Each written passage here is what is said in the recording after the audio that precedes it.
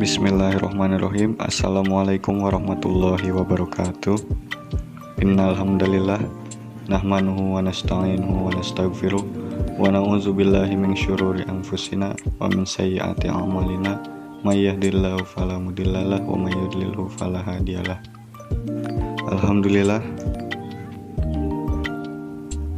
puji syukur kepada Allah Subhanahu wa taala yang telah memberikan kita nikmat berupa nikmat iman, nikmat Islam, dan nikmat panjang umur, serta mudah-mudahan dalam keadaan sehat walafiat.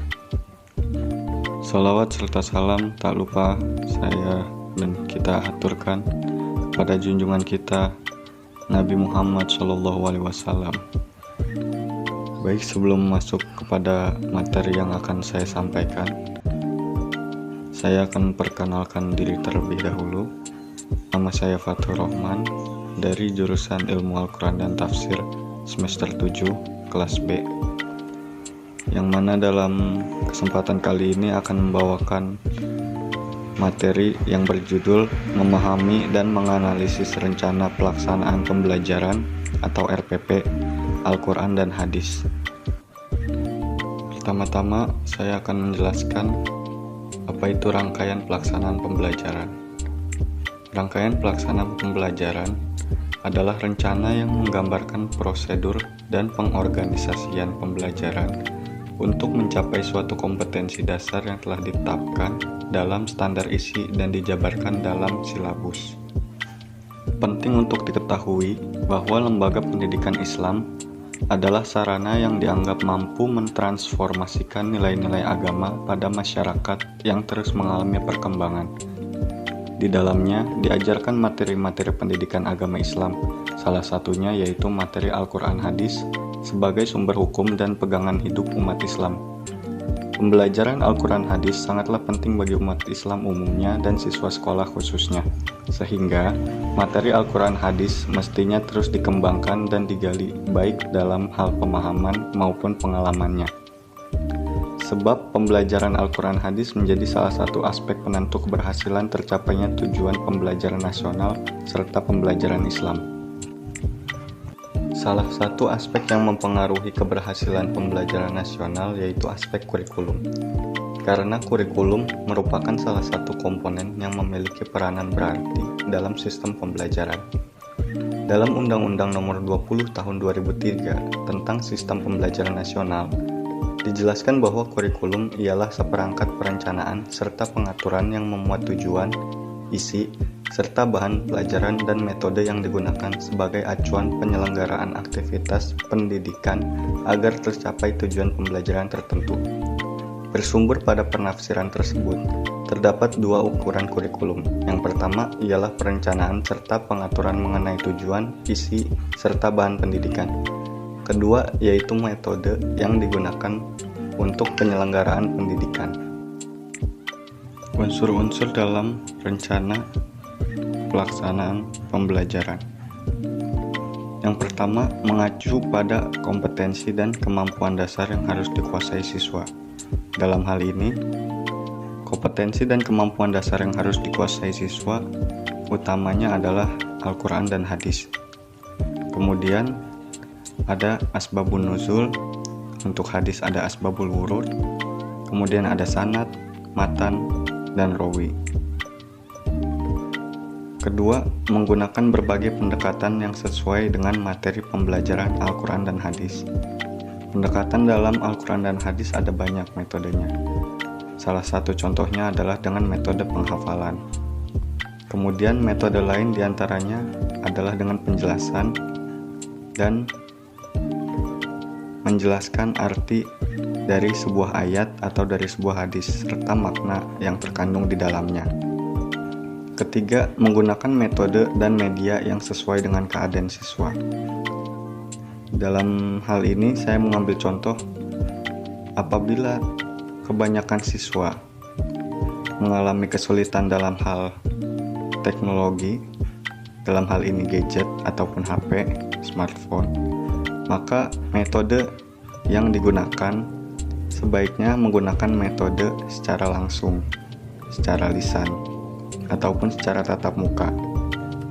Kemudian apabila dalam contoh lain diketahui bahwa peserta didik ini memiliki kemampuan dalam hal media komunikasi, maka ada baiknya menggunakan sarana komunikasi.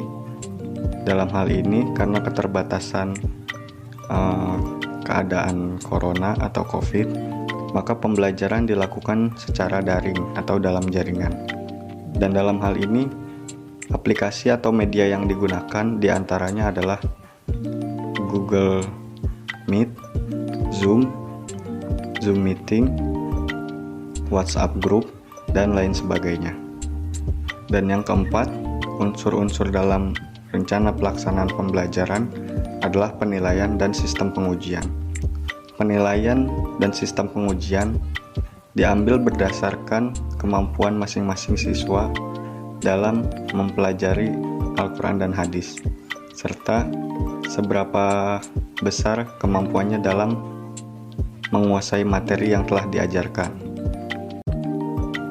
Selanjutnya, langkah penyusunan rencana pelaksanaan pembelajaran Al-Quran dan hadis. Yang pertama adalah menuliskan identitas mata pelajaran Al-Quran dan hadis. Kedua, menulis indikator pencapaian. Indikator pencapaian di sini adalah indikator yang harus dicapai oleh peserta didik untuk dinyatakan lulus dalam pelajaran Al-Quran dan hadis tersebut. Yang ketiga, merumuskan tujuan belajar. Contoh tujuan mata pelajaran Al-Quran dan hadis: 1. Meningkatkan kecintaan peserta didik terhadap Al-Quran dan hadis. 2. Membekali peserta didik dengan dalil-dalil yang terdapat dalam Al-Quran dan hadis sebagai pedoman dalam menyikapi dan menghadapi kehidupan. 3. Meningkatkan pemahaman dan pengalaman isi kandungan Al-Quran dan hadis yang dilandasi oleh dasar-dasar keilmuan tentang Al-Quran dan hadis. Kemudian setelah merumuskan tujuan belajar, ditentukanlah materi ajaran yang akan disampaikan kepada peserta didik. Berikutnya adalah menentukan SK atau standar kompetensi dan KD atau kompetensi dasar. Standar kompetensi mata pelajaran adalah deskripsi pengetahuan, keterampilan, dan sikap yang harus dikuasai setelah siswa mempelajari mata pelajaran Al-Quran dan hadis pada jenjang pendidikannya masing-masing. Menurut Abdul Majid, standar kompetensi merupakan kerangka yang menjelaskan dasar pengembangan program pembelajaran yang terstruktur. Lalu untuk pengertian kompetensi dasar sendiri adalah pengetahuan, keterampilan, dan sikap minimal yang harus dicapai oleh siswa untuk menunjukkan bahwa siswa telah menguasai standar kompetensi yang telah ditetapkan. Oleh karena itu, maka kompetensi dasar merupakan penjabaran dari standar kompetensi. Kemudian yang kelima adalah alokasi waktu dan tempat.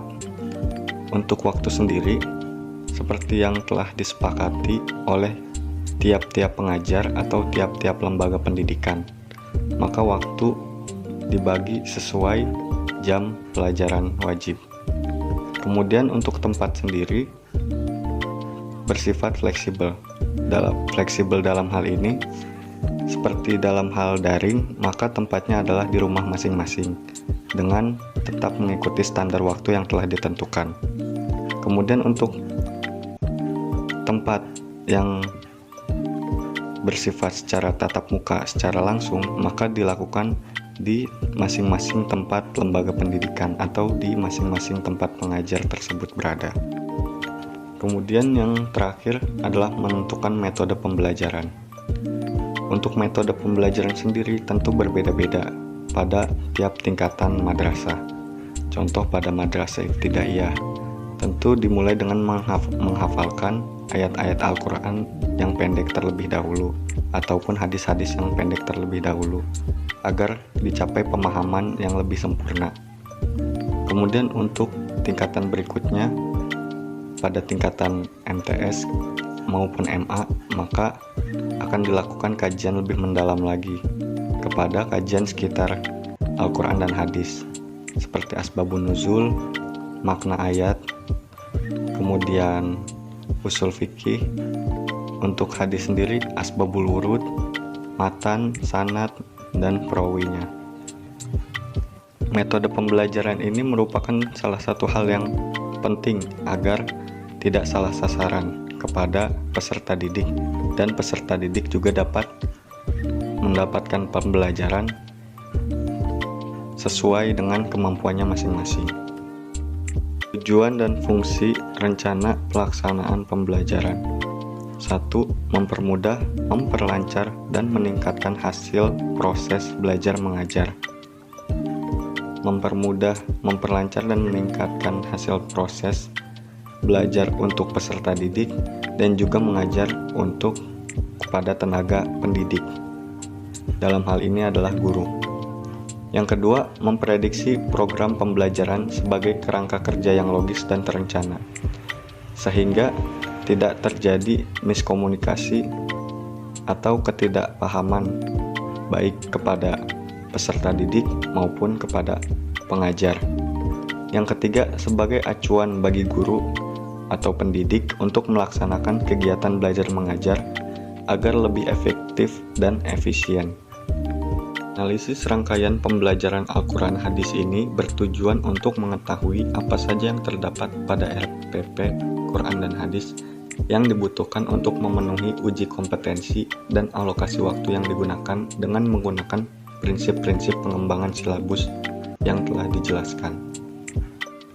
Mungkin cukup sekian penjelasan yang bisa saya jabarkan dalam materi memahami dan menganalisis rencana pelaksanaan pembelajaran Al-Quran dan Hadis. Kurang dan lebihnya saya mohon maaf yang sebesar-besarnya. Saya Fatur Rahman dan rekan saya Laili Fauzia. Akhirul kalam. Wassalamualaikum warahmatullahi wabarakatuh.